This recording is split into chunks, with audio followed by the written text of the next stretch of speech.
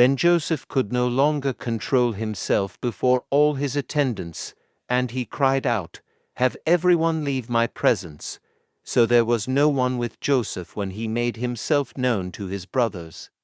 And he wept so loudly that the Egyptians heard him. And Pharaoh's household heard about it. Joseph said to his brothers, "I am Joseph. Is my father still living?" But his brothers were not able to answer him, because they were terrified at his presence. Then Joseph said to his brothers, "Come close to me." When they had done so, he said, "I am your brother Joseph, the one you sold into Egypt, and now do not be distressed and do not be angry with yourselves for selling me here, because it was to save lives that God sent me ahead of you. For 2 years now there has been famine in the land, and for the next 5 years there will be no plowing and reaping. But God sent me ahead of you to preserve for you a remnant on earth and to save your lives by a great deliverance.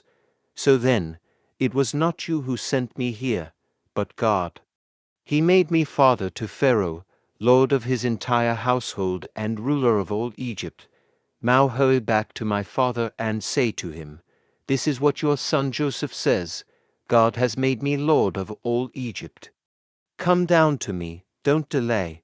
You shall live in the region of Goshen and be near me, your children and grandchildren, your flocks and herds, and all you have. I will provide for you there, because 5 years of famine are still to come. Otherwise you and your household and all who belong to you will become destitute.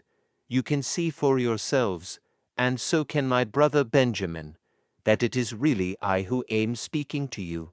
Tell my father about all the honor accorded me in Egypt and about everything you have seen. And bring my father down here quickly." Then he threw his arms round his brother Benjamin and wept, and Benjamin embraced him, weeping, and he kissed all his brothers and wept over them. Afterward his brothers talked with him.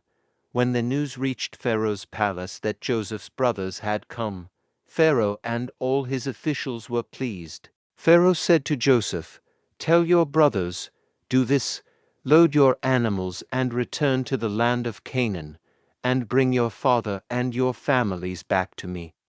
I will give you the best of the land of Egypt, and you can enjoy the fat of the land." You are also directed to tell them, "Do this, take some carts from Egypt for your children and your wives, and get your father and come.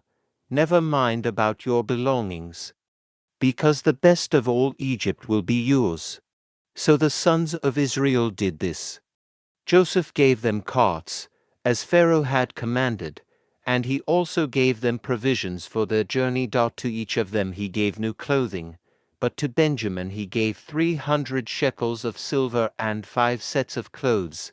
And this is what he sent to his father: 10 donkeys loaded with the best things of Egypt, and 10 female donkeys loaded with grain and bread and other provisions for his journey.